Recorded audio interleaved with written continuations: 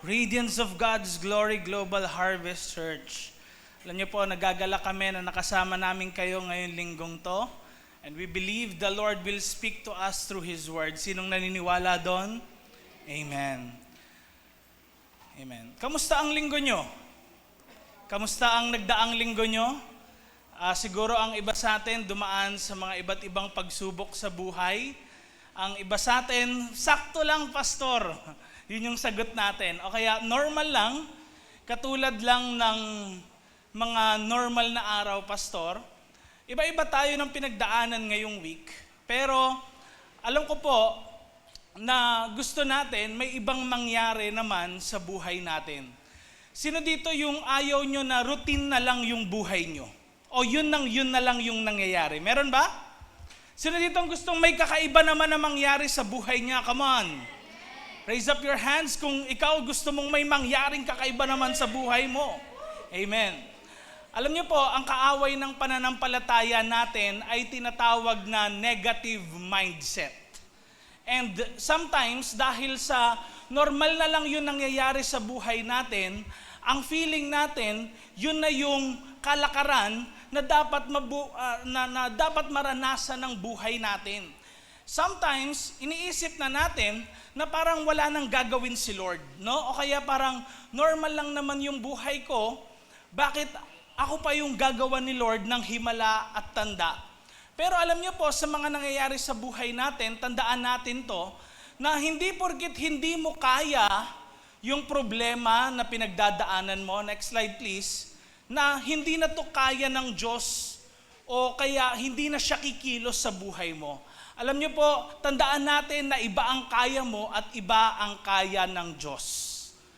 Ulitin ko po, iba ang kaya mo at iba ang kaya ng Diyos. Kasi kung tayo lang po ay lalakad sa pananampalataya, alam niyo po, pwedeng merong gawin ang Diyos na kakaiba sa buhay natin. Yung binabasa po natin sa Bible, it is not just a history book na nangyari noon tapos hindi na pwedeng mangyari ngayon. Let me tell you that the Word is alive. What happened before can happen today. Amen? Kung anong nangyari noon, pwede pong mangyari ngayon.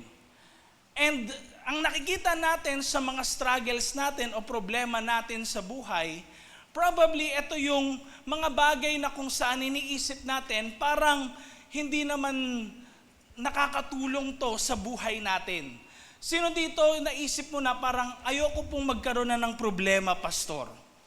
Sometimes nakakaisip tayo ng mga ganyang bagay, but we don't realize na hindi po tayo lalago. Hindi ka lalago kung walang struggle. At hindi ka magmamature kung walang resistance. Alam niyo po, lagi kong nababanggit na to, katulad na lang din ng pagpapamuscle, hindi pwedeng bumuhat ka lang ng isang beses, 6 packs ka na. Amen? At hindi rin pwedeng isang basa mo lang, kabisado mo na yung nireview mo. Sometimes, ang struggle, part ng buhay talaga natin yan. Para matutunan natin na maging matyaga, maging hardworking, amen? At ganun din naman, makatulong ito para ma-mold ang character natin. Sino dito, nakikita mo na ngayon na ang struggle pala, mostly kailangan mo pala sa buhay mo. Amen? Now, alam niyo po, meron tayo mga prayers din kay Lord na hinihiling sa Kanya. Pero alam niyo po, sa lahat ng prayers natin, hindi naman talaga araw-araw or every time na nagpe-pray tayo, sinasagot yun ni Lord. Can you imagine kung lahat ng prayers mo, sinasagot ni Lord? Parang ang hirap paniwalaan, ano? O kaya, pag inisip natin, kung lahat din ng prayers natin, sinasagot ni Lord, ano mangyayari sa buhay? Life will be so easy. Pwede tayong tamarin. Amen? Pwede rin maging boring ang buhay kung walang struggle.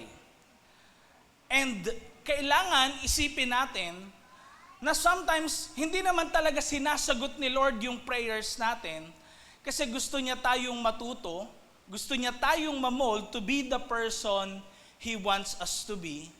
At ganun din naman, tandaan po natin na kahit anong gawin natin dito sa lupa, ang problema po at struggle sa buhay, hindi natin matatanggal. Kahit ano pa yung estado mo sa buhay, kahit ano pa ang gawin mo, maging mabuti ka o maging masamang tao, hindi mo matatanggal ang struggle.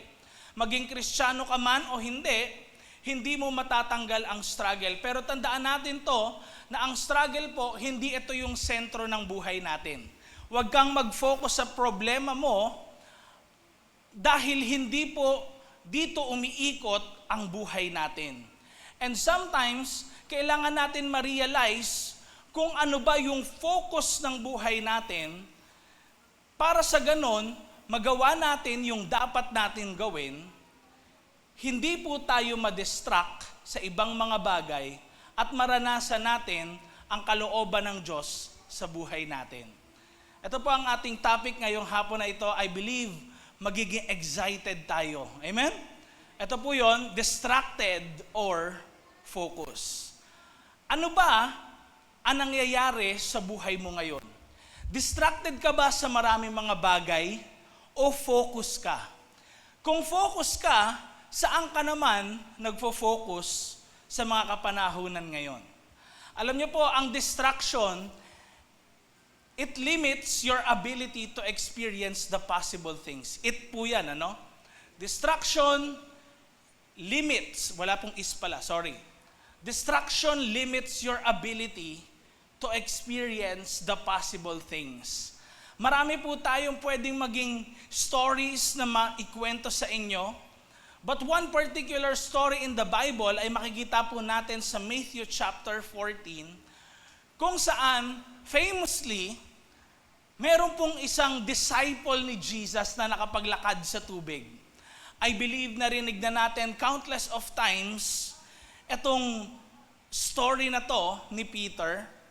But this was the time po na kung saan si Jesus, hinayaan niya yung mga disciples na mauna po na tumawid ng Sea of Galilee gamit ang bangka. And knowing na syempre, yung mga disciples talagang mga karamihan po sa kanila, ang hanap buhay nila mangingisda. Ang pagkakaalam nila sa tubig, hindi po ito nilalakaran. Amen? Ang tubig, usually kahit sa atin, ang tubig ay nilalangoyan. Amen? And ang nangyari po, verse 25, ang sabi, madaling araw na nang sumunod si Jesus sa mga disciples, naglalakad siya sa ibabaw ng tubig. Wala pong ibang tao na pwedeng makapaglakad sa tubig. Because the normal thing na gagawin ng tao pag siya ay nasa tubig ay lumangoy. Amen? Lumangoy lang talaga. Para sa mga disciples ni Jesus na mangingisda, ang normal na bagay na gawin kapag may tubig ay lumangoy. So na-shock talaga sila nung nakita po nila na si Jesus ay naglalakad sa tubig. Verse 26, nung makita ng mga disciples na naglalakad si Jesus sa tubig, ano daw? Natakot sila. Anong sabi nila? Sinigaw nila? Bulto! Dahil bihira at wala pa silang nakikita talaga na naglalakad sa tubig. Kung si Peter po yan, na isang mangingisda, baka ang pinaka-close lang po na nakita niyang nag-walk above the water or nasa ibabaw ng tubig ay yung flying fish. No? O kaya, kung may dolphins dun sa lugar nila noon, yun lang yung nakita ni Peter na mga isda na ganon.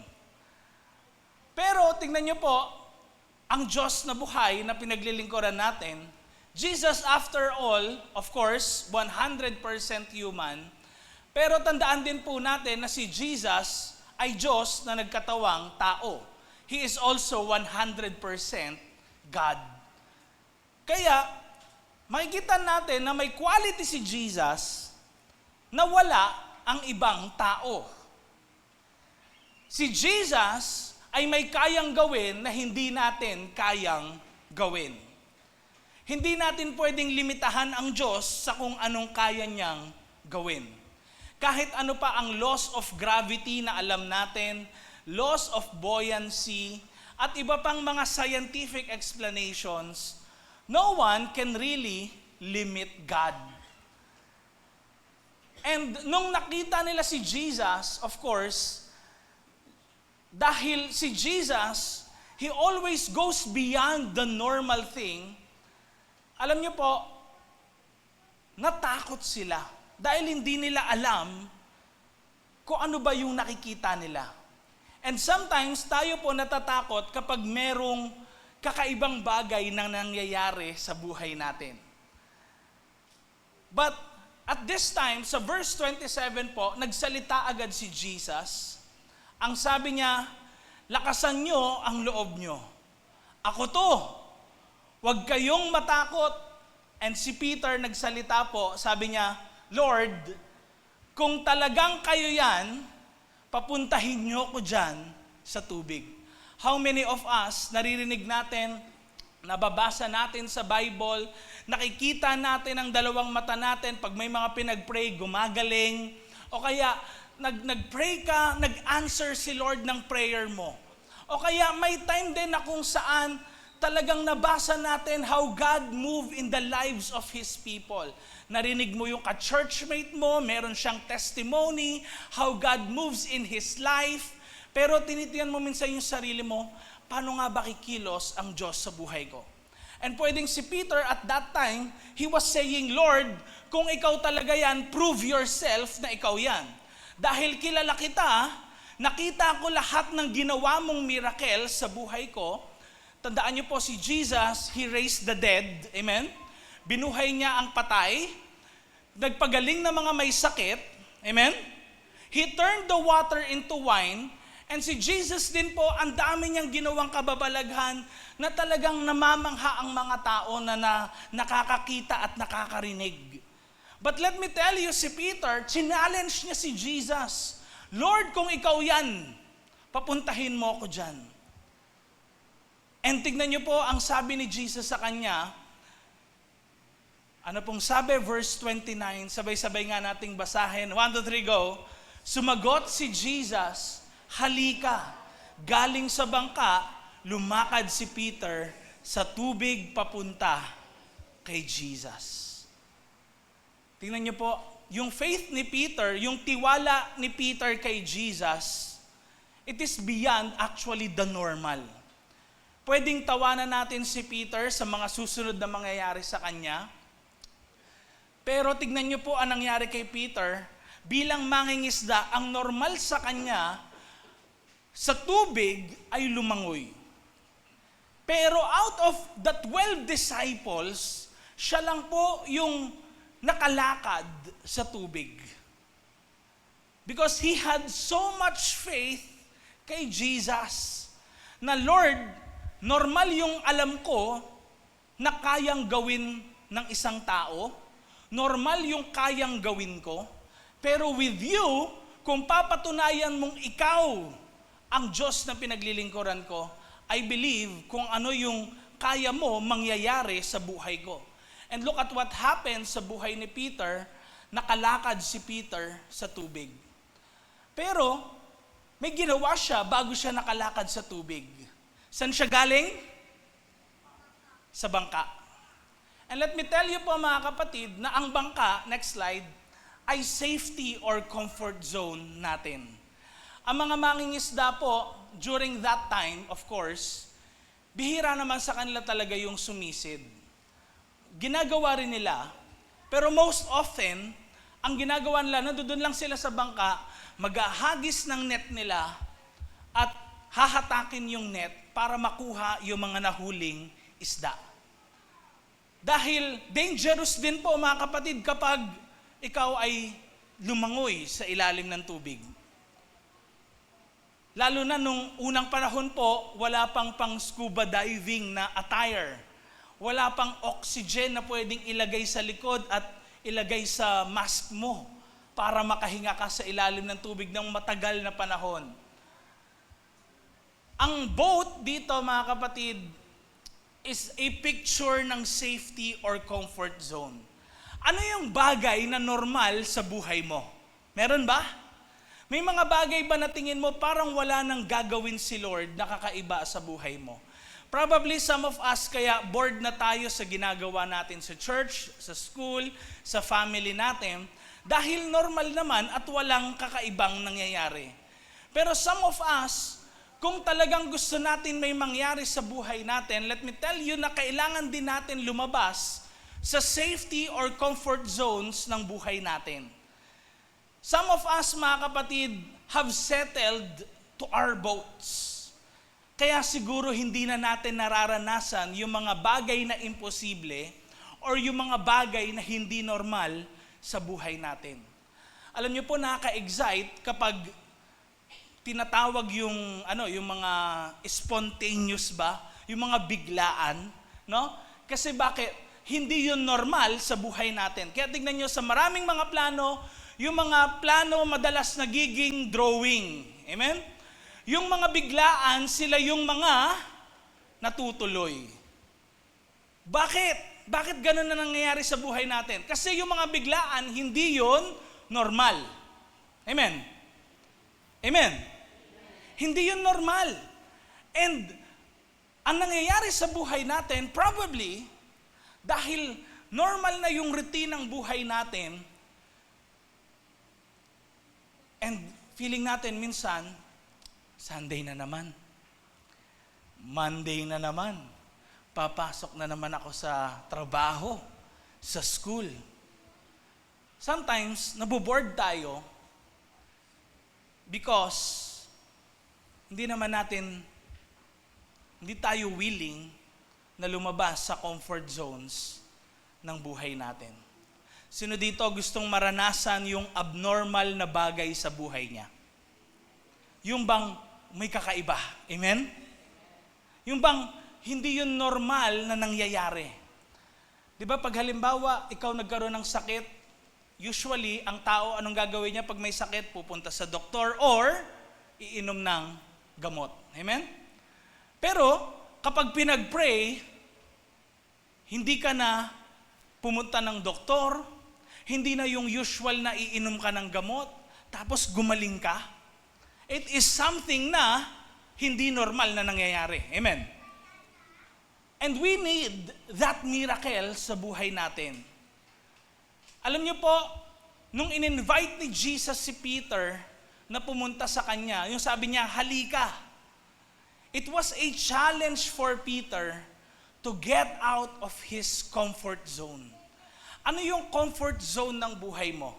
I believe, siguro para sa atin, ang oras po na ito ng linggo, pwedeng marahil comfort zone ng marami to sa atin. Hindi talaga tayo madalas mag-church kapag linggo. Hindi normal sa buhay natin ang mag-spend time kay Lord. Probably, most of us, napilitan lang o kaya na-invite lang, kaya tayo pumunta. Pero alam niyo po, etong pag-iimbita ni Jesus na pumunta si Peter sa kanya, it was a challenge. Tandaan niyo yung mindset ni Peter bilang isang mangingisda, ano po? Ang tubig ay hindi nilalakaran, kundi nilalanguyan.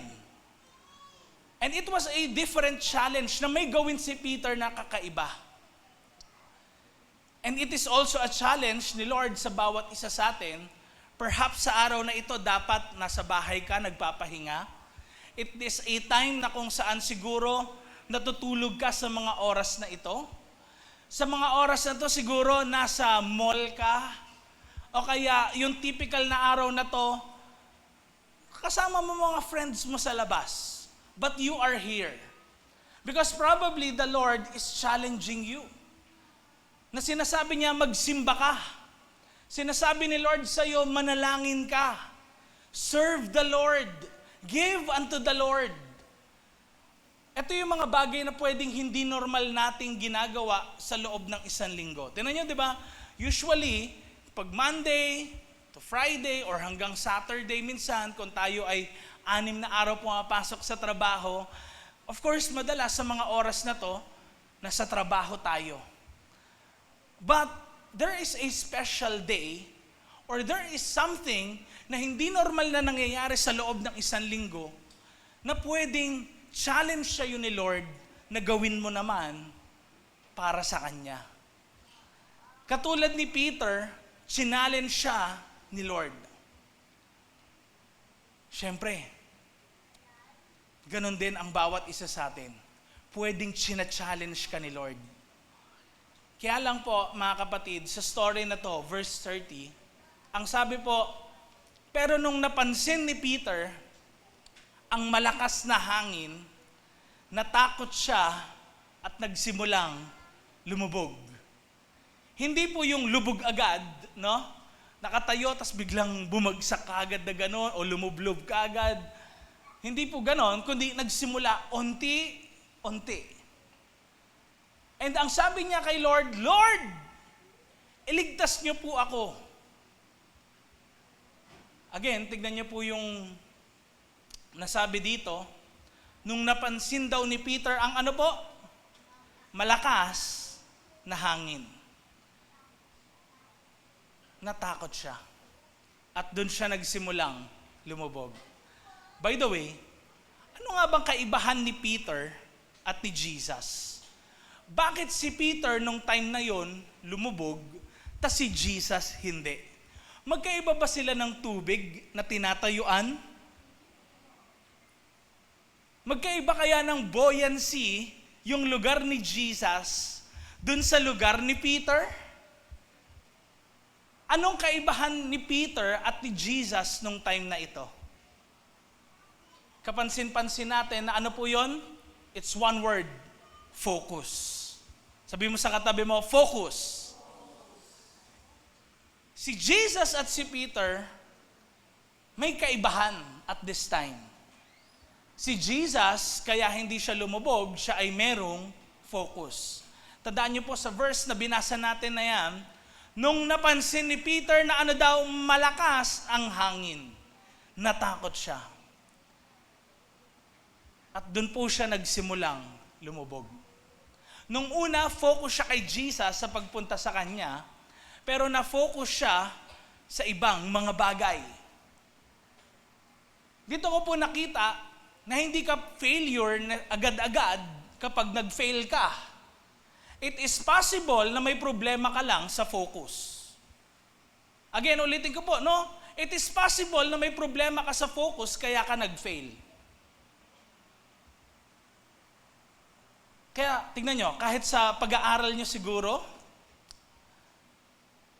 iniisip mo, ay, siguro talagang mahina talaga ulo ko. Hindi ako katulad ng mga matatalino kong kaklase. Hindi ako katulad ng kapatid ko. Mas magaling talaga siya. It is possible na hindi yun yung dahilan. Baka lang kapag nagre-review ka, hindi ka focus. During time na nagre-review ka, baka naglalaro ka ng games mo sa cellphone, ng time na yon, hindi ka talaga focus sa nire-review mo. Amen? O kaya baka nung time na yon, may kausap kang ibang tao, may mga bagay kang iniisip na iba, hindi ka focus dun sa ginagawa mo at that specific time. Many of us are thinking po that we're not good enough kapag bumabagsak tayo o nagfe-fail. But it is probably dahil wala tayong focus. Come on, say that word, focus. Sabi mo ulit sa katabi mo, kaliwat kanan, focus, kapatid. Hindi po porkit nag-fail kayo, ay kayo talaga kagad ay mahinang tao, mahina ang ulo. No. This probably, hindi ka lang focus. Ewan ko po kung kilala niyo tong taong ito, si Christopher Columbus. Alam niyo ba yung ginawa niya? Siya po yung unang tao na nakapag-sail ng buong mundo and na-map out niya ang mundo nung time na yon. Actually, he is a Christian. No? And ang sabi niya po ganito, next slide, by prevailing over all obstacles and distractions, one may unfailingly arrive at his chosen goal or destination. Kung ang isang tao daw magtatagumpay sa kahit na anong distraction sa buhay niya, pwede siyang magtagumpay sa buhay. Kaya pala, hindi tayo nagsasucceed sa buhay natin, probably sa relationship, pwedeng nakailang split up na or breakups ka na. O kaya, probably ikaw rin, hindi ka nagsasucceed sa career mo. It is probably distracted tayo sa mga ginagawa natin. Kaya tignan nyo, nasisira ang mga relationships dahil bakit? Hindi sila focus sa asawa nila or sa ka-relationship nila. May iba silang babae or lalaking nakikita. Sa pag-aaral nila, kaya hindi sila nakagraduate, hindi sila focus sa pag-aaral nila. Amen? Kaya rin hindi ka na po-promote sa work, probably hindi ka focus na ma-hone yung skills mo, mag-develop yung skills mo, sa ibang bagay ka gusto mong ma-develop. Amen? Ngayon, tatanungin niyo ako, Pastor, ano naman po yung mga distractions ba na yan sa aking buhay? Tandaan niyo po, kung meron tayong focus, yung dapat pag-focusan natin, mamaya natin pag-uusapan, unahin muna natin yung mga pwede maging distractions natin sa left and right ng buhay natin. Next slide. Pwedeng una yung friends natin. Maging distractions natin.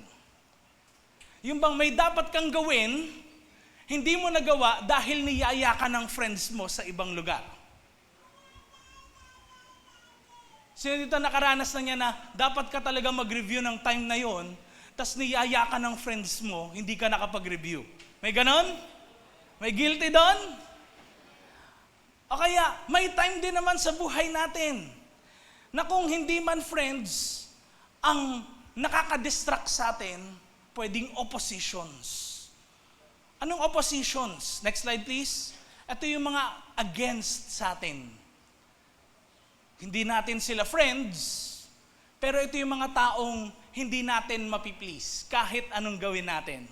Di ba pag ang isang tao nagbigay siya, may masasabi ang isang tao, ay pakita lang yan, pakitang tao lang yan. Pag hindi ka naman nagbigay, anong sasabihin? Madamot ka.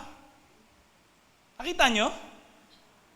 Many of us, hindi tayo focus kasi kung ano yung naririnig natin sa ibang tao, yun yung pinapakinggan natin madalas. Yung friends natin, madalas sila yung nakaka-distract sa atin, oppositions natin, bashers natin, yun yung pinapakinggan natin. Or probably, ito rin yung nakaka-distract sa atin, iniisip mo yung circumstances na pinagdadaanan mo ngayon. Yung kalagayan mo, ay dito kasi ako lumaki, ito kasi yung environment ko. Parang kapag yun na yung naranasan mo, hindi ka na pwede makausad sa buhay. Let me tell you, it can be a distraction. Amen? And pwede rin po, next slide, yung unbeliefs na meron tayo. Bakit? Anong unbeliefs yan, Pastor? Aba, sa isipan na lang ho natin. May mga bagay na hindi naman natin iniisip, pumapasok sa isipan natin. May mga bagay tayong inaalala, hindi natin maalala. Yung mga bagay na hindi naman natin inaalala, yun pa yung naaalala natin. Sino nakaka-relate? Ayaw natin maalala, pero pumapasok sa isipan natin. Talagang tayo, resolved na tayo sa isang bagay. Gagawin ko to. Kasi magsasucceed dito. Pero biglang papasok yung unbelief na to. Na baka hindi mangyari. Hindi mo naman iniisip, pero na-entertain mo, na-distract ka sa focus mo. At pwede rin po, dyan ay letter S, social media. Most of our time, nasa social media tayo. Pag nagpapahinga ka, nagse-cellphone ka.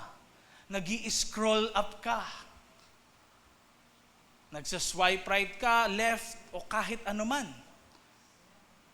Lahat ng bagay ngayon, kahit yung mga latest news, nakikita natin sa social media. And it can be a distraction. Yung opinions ng iba't ibang mga tao, naapektuhan na tuloy yung pagdedesisyon mo. Naapektuhan na tuloy yung pag-aaral mo. Naapektuhan na tuloy yung mga bagay na dapat mong bigyan ng focus. Kailangan focus tayo. Amen? Sabihin mo sa katabi mo, kaliwat kanan ulit, focus. Ano pa?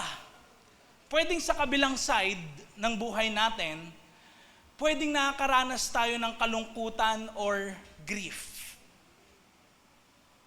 Hindi tayo makamove on sa isang bagay. Malungkot na lang tayo. And sometimes kung anong nafe-feel natin, doon na lang tayo nagdudwell. Parang yun na yung tama lagi sa isipan natin. It can cause distraction din. Kaya yung iba hindi makapag-focus sa dapat nilang pag-focusan kasi nalulungkot sila sa maraming mga bagay. Even din mga kapatid, kahit yung ego natin, yung mga kagustuhan ng buhay natin, yung ego, yung mga bagay na kung saan inaasam-asam natin sa buhay natin, nasa sa puso natin, nararamdaman natin, it can also be a distraction. Bakit? Dahil hindi naman lahat ng nararamdaman mo, tama. Amen? Hindi porkit nakaramdam ka ng isang bagay, tama na kaagad yun. It can be, pwedeng misunderstanding lang pala, na pinalaki lang ng isipan natin at puso natin. And pwede rin, sa dinami-dami ng mga nangyayari sa paligid natin, nagfo-focus din tayo sa mga toxic na bagay. Ano yung mga toxic na bagay?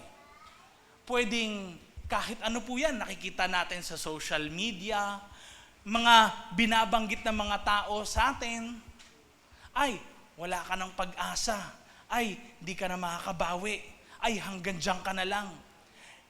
Ito yung mga makikita natin o maririnig natin kahit saan tayo pumunta. Pwede rin to makita sa friends natin. Napaka-general nitong terminology na to. Kahit kasi sa social media, o hindi lang sa social media, kahit po sa mga napapanood natin, pwedeng makita to. At pwedeng dun tayo mag-focus at madistract tayo sa dapat nating pagfokusan. Ano ba? Pwede rin po, may pinapakinggan tayong mga guru. Ano yun? Mga pwedeng influencers, o kaya mga sikat na mga tao na sabi nila, expert daw sila, na hindi naman talaga expert, self-proclaimed expert lang. Tapos napapakinggan natin sila, nasusunod natin sila, pero hindi naman talaga tama yung advices na binibigay nila sa atin. Para bang kapag sila nagsalita, sila na yung Bible. Sila na yung Word of God. Tandaan natin, dapat tayo mag-focus hindi po sa mga so-called experts. Amen? But ano ba sinasabi ni Lord sa buhay ko? At pwede rin po yung worries din natin sa buhay. Baka yan yung nakaka-distract sa atin. Kaya hindi ka makabili-bili ng dapat mong bilhin, hindi ka makamove forward sa isang bagay dahil lagi kang worried. Bawa, bibili ka ng bahay, bibili ka ng lupa, may pambili ka naman. Kaya lang ang problema, inaiisip mo lagi, ay pag binili ko, saan ako kukuha ng tao munang magbabantay doon? Hindi ka na makabili. Dahil iniisip mo kung anong mangyayari lagi bukas. Distracted ka. Lagi ka nagwo-worry, magkakaasawa pa kaya ako? Lagi kang worried, ay magkakaanak pa kaya ako? Lagi kang worried, makapagtapos pa kaya ako ng pag-aaral? Lagi kang worried, meron kayang tatanggap sa akin sa trabaho? And sometimes, kaya natin naiisip yun yung mga bagay na nakakapag-distract sa atin sa dapat nating pagfokusan.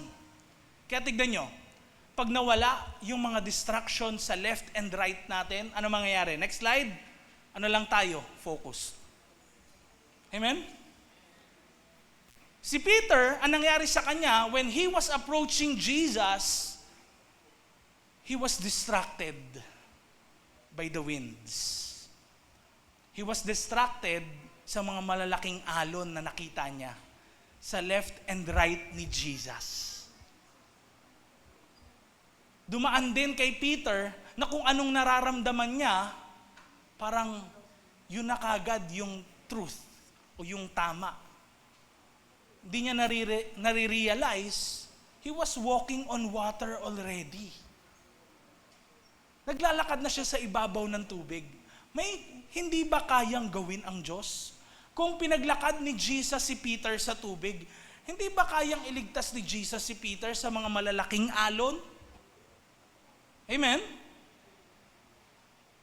Kaya tandaan natin to. Tignan nyo yung mga nabanggit ko kanina na mga distractions.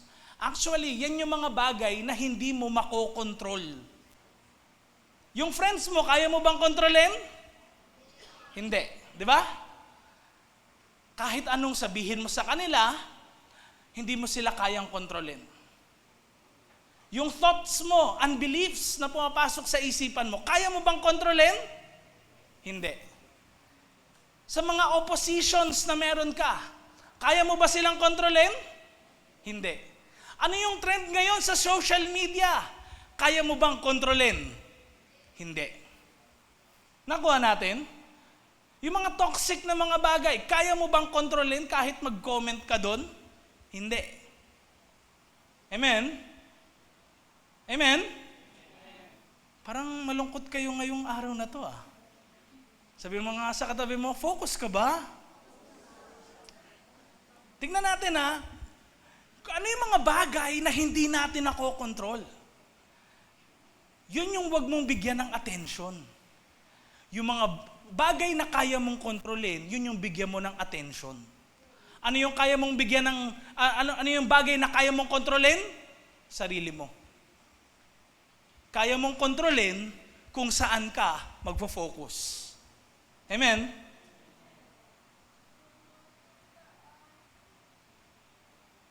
Kaya ang tanong ko sa inyo, anong gusto mong mangyari sa iyong spiritual journey? Ano yung bagay na yun na gusto mong maranasan sa spiritual journey mo? Kailangan mag-focus ka. Focus on that thing. Anong gusto mong mangyari sa pamilya mo, kapatid? Focus. Amen? Tignan nyo. Kung ang magulang walang focus sa anak, ano mangyayari sa anak? Mapapabayaan. Di ba? Kung ang nanay, tatay, asawang babae, asawang lalaki, walang focus sa family, ano mangyayari? Mapapabayaan ang family. Anong gusto mong mangyari sa pamilya mo? Focus. Anong gusto mong mangyari sa career mo? Focus. Amen? Pwede kasing may vision tayo. Ito yung mga bagay na nakikita mo sa buhay mo. Katulad ni Peter, nakakakita naman siya. Wala naman siyang problema sa mata niya. Pero saan siya may problema? Hindi sa mata, kundi sa focus. Kaya siya lumubog, hindi dahil sa di niya makita yung dinadaanan niya, kundi dahil distracted po si Peter. Gusto mo ba yung dreams and visions mo maging reality? Sino dito gusto yon? Don't lose your focus. Don't lose your focus. Ngayon, tatanong niyo po sa akin, Pastor, saan naman po ba ako kailangan mag-focus? Colossians chapter 3 verses 1 and 2. Ito po, basahin natin. Pwedeng pakita natin yung verse. Sabay-sabay. 1, 2, 3, go. Since binuhay na kayong muli kasama ni Christ, mag-focus kayo sa mga bagay na nasa langit. Kung saan nakaupo si Christ sa kanan ng Diyos, isipin nyo ang mga bagay na nasa langit at huwag ang mga bagay na nasa lupa. Ngayon pwede nyo akong tanongin, Pastor, ano ba yung mga bagay na nasa langit na yan? Hindi ko alam kung anong nandoon. Baka nga puro ulap lang yun. Isipin ko ba, ulap lang? Hindi po. Let me tell you na ang mga bagay na nasa langit, those are the qualities and characteristics na meron sa langit. Ano po yun? Kung si God mapagmahal, anong meron sa langit? Pagmamahal.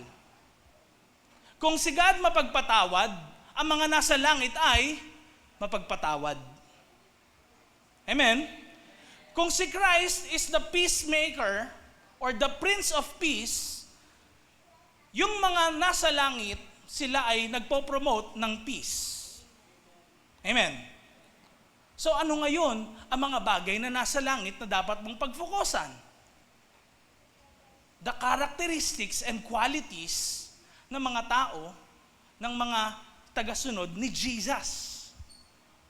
Amen? If they are full of love, joy, peace, patience, kindness, goodness, gentleness, and self-control, yun pala ang dapat nating pagfokusan. Ang things na mga meron sa langit. Kasi anong meron po sa impyerno? Opposite na mga bagay na yun. It is full of hate, full of anger, kalungkutan, unforgiveness. Kaya ano pong sabi ni Paul sa mga taga-Colossians or mga Christians sa Colossae? Sabi ni Paul, mag-focus kayo sa kung anong meron sa langit. Yung mga bagay na nasa langit, yun yung gawin nyo habang nasa lupa kayo. Amen?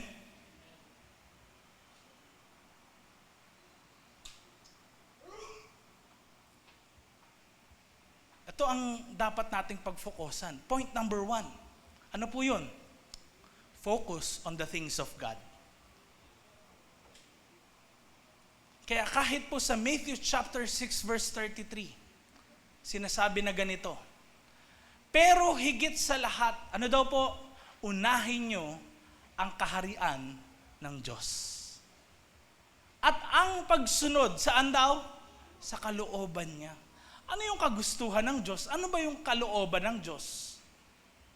Live with love. Live na merong fairness and justice. Live na nagpapatawad. Live na hindi ka nagja-judge sa kapwa mo. Amen? That is the things na meron sa isang kaharian. Sa kaharian ng Diyos. So, focus on the things of God. Pero tingnan nyo, verse 34 dyan, ang sabi naman ay ganito. Sabay-sabay nga nating basahin. 1, 2, 3, go. Kaya wag kayong mag-worry kung anong mangyayari bukas. May sariling problema na ang bukas. Sapat na ang mga problema nyo sa bawat araw. Can you tell the person next to you, ang katabi mo, sabi mo sa kanya, sapat na problema mo sa bawat araw. Ano po ibig sabihin nito? Point number 2, saan ako dapat mag-focus, Pastor?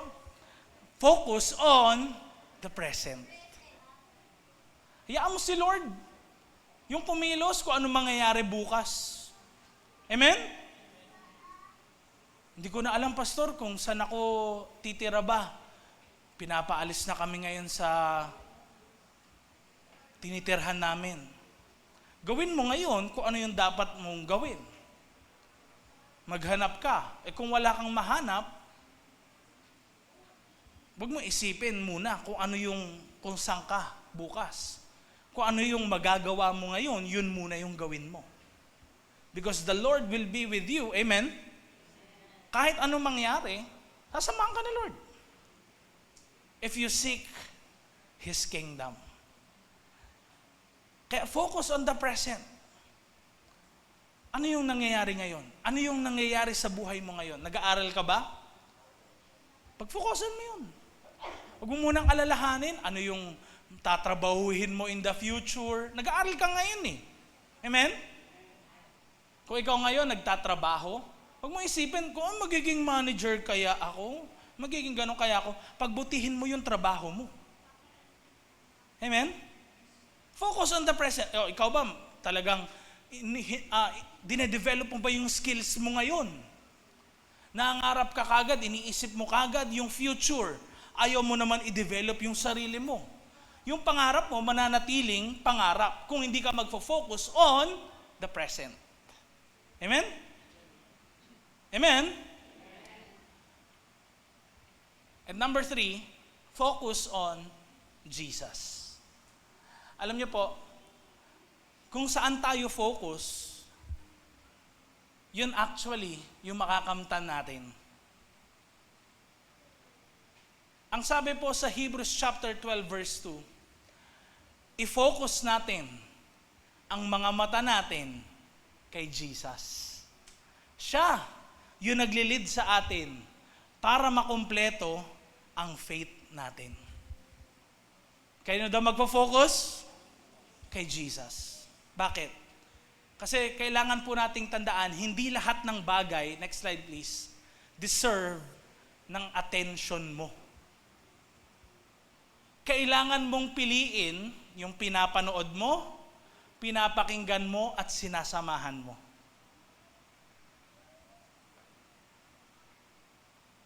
Dahil kung saan ka nagfo-focus, yun yung ma-attain mo sa buhay mo. Kung wala kang pakialam kay Jesus at sa iba kang bagay nagfo-focus, dun ka makakarating. Kung hindi ka nagfo-focus kay Jesus, paano ka pag dumating yung araw na ikaw ay mamatay sa mundong ito? Dadaan tayo lahat dun. May iba lang mauuna, may iba mauhuli. Pero lahat pupunta din dun. How can you have Jesus in your life kung hindi ka naman focus sa Kanya? Kung focus ka sa pera mo, darating ang time, may pera ka, pero hindi mo madadala yung pera mo.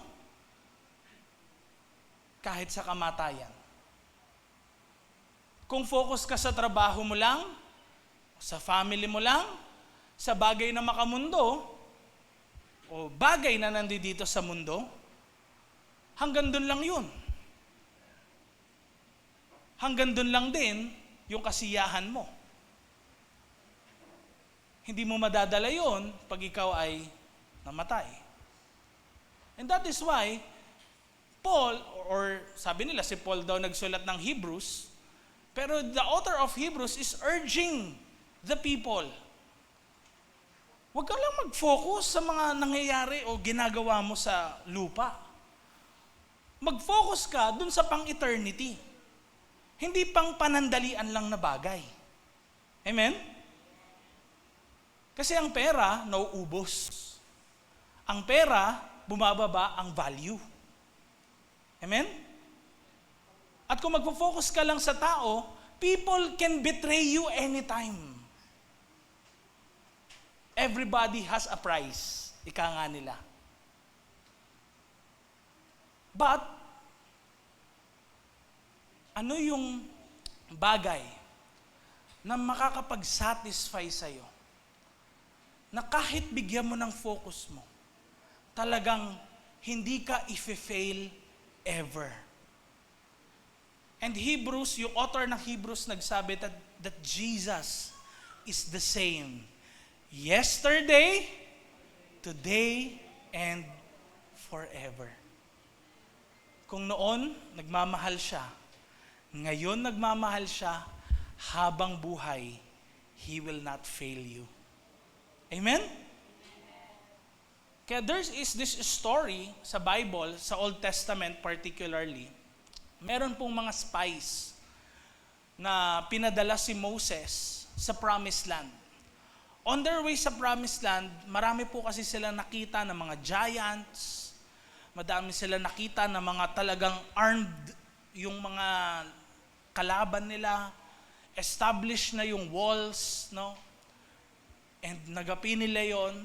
But on their way, gusto lang nila malaman, ano ba yung pangako ng Diyos na ito sa buhay namin? And ano ba yung lulugaran namin?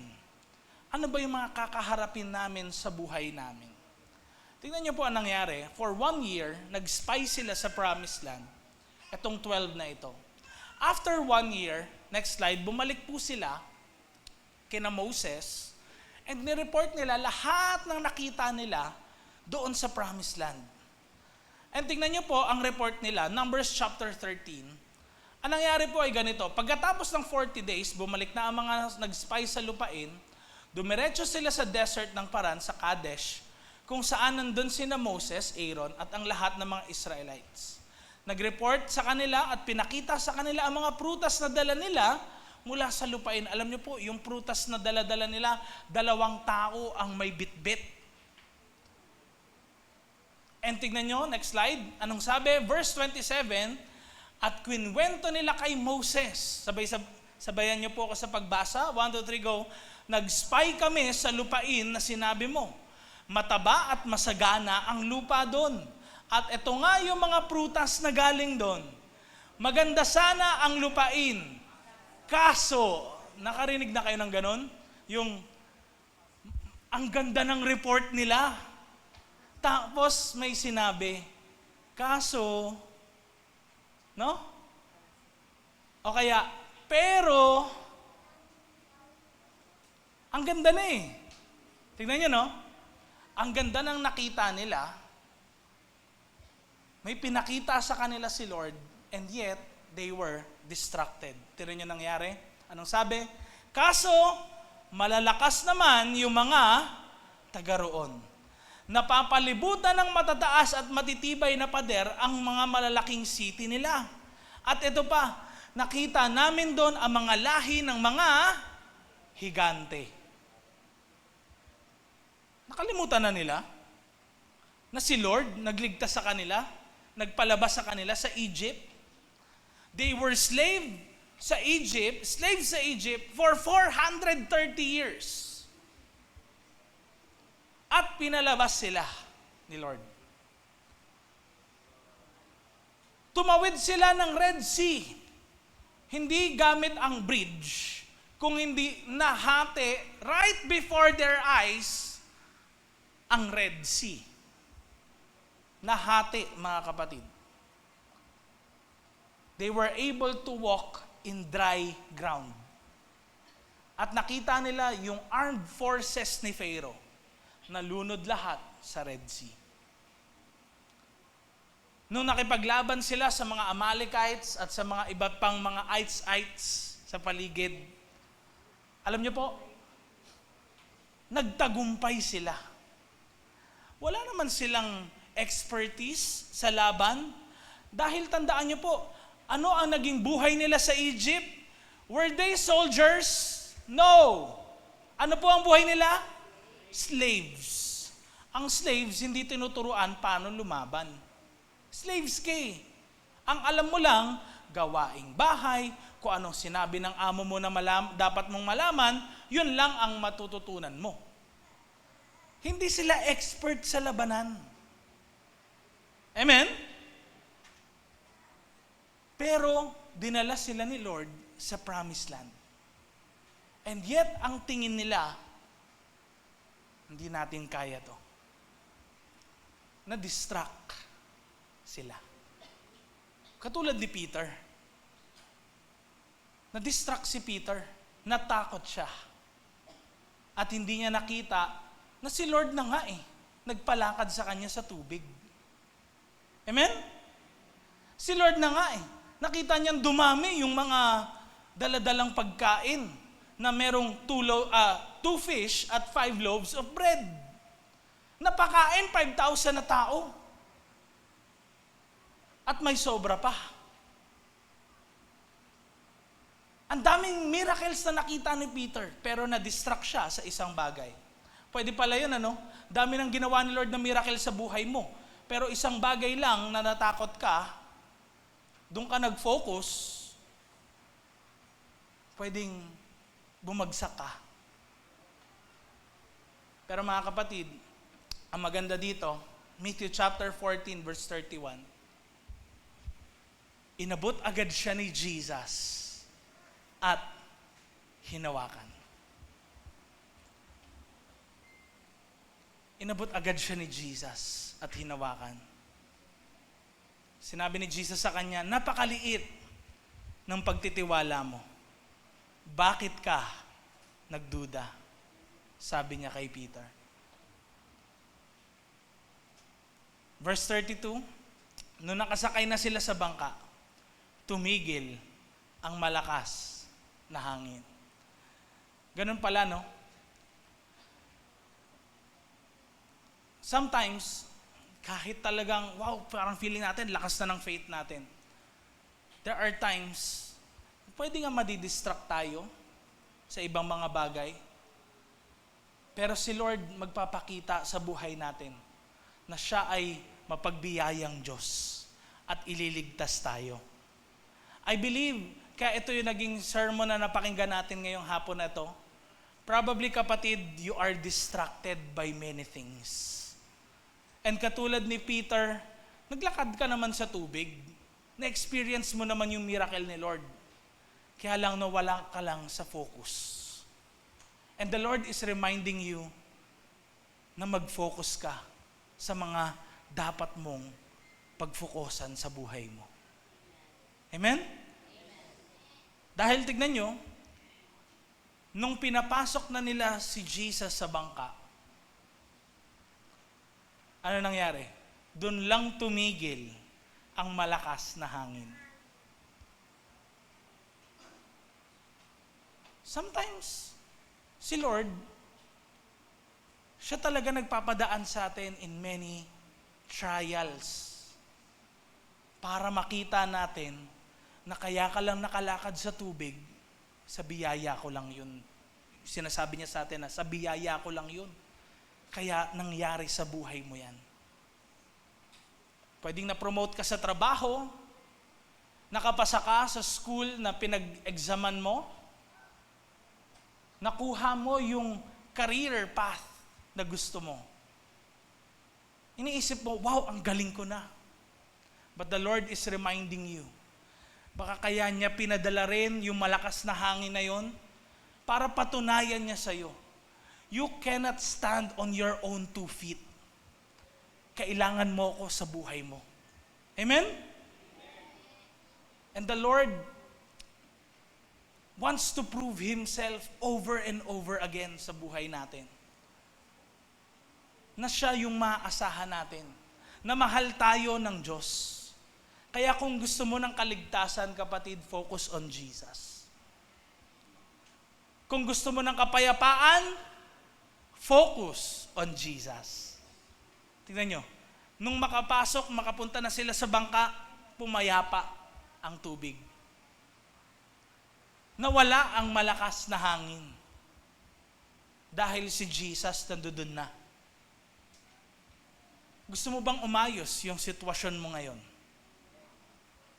Hindi ko alam kung anong pinagdadaanan nyo sa family nyo, finances nyo, relationships nyo, schooling ninyo. But one thing na kailangan nating tandaan, He will never fail.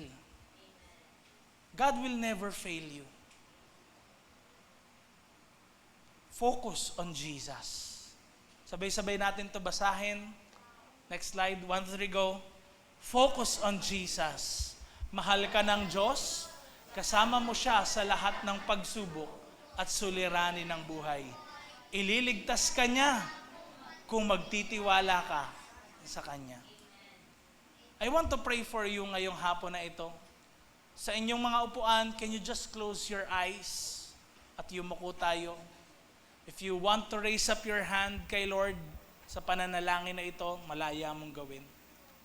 And gusto kitang ipanalangin kay Lord. Lord, nakikita niyo po yung pinagdadaanan ng bawat isa sa kanila. Probably some of them distracted. Some of them lumilingon sa likod. Some of them gusto na nilang mag-turn back. And unti-unti na silang lumulubog katulad ni Peter. But Lord, right now we are deciding na gusto po namin mag-focus sa inyo. Gusto namin mag-focus sa mga things na mga makalangit na bagay. And gusto po namin mag-focus sa present. Lord, alam namin kung wala ka sa buhay namin, walang kakaibang mangyayari. Normal na lang ang buhay namin. But with you, Lord, we believe that all things will be possible. And yung mga bagay, Panginoon, na normal na lang sa amin, Panginoon, alam ko, you will liven up our day. You will do an impossible thing sa buhay namin para makita namin kung gaano ka kadakila. At maranasan namin yung kasiyahan ng isang tao na talagang naglilingkod sa'yo. Can we sing that song again once more? Kung gusto mo talaga, mula sa araw na ito, by singing that song, gusto mo mag-focus kay Jesus. Probably distracted ka sa maraming mga bagay. Ito yung time na yon para mag-recommit ka ng focus mo kay Lord. Come on, sing it out.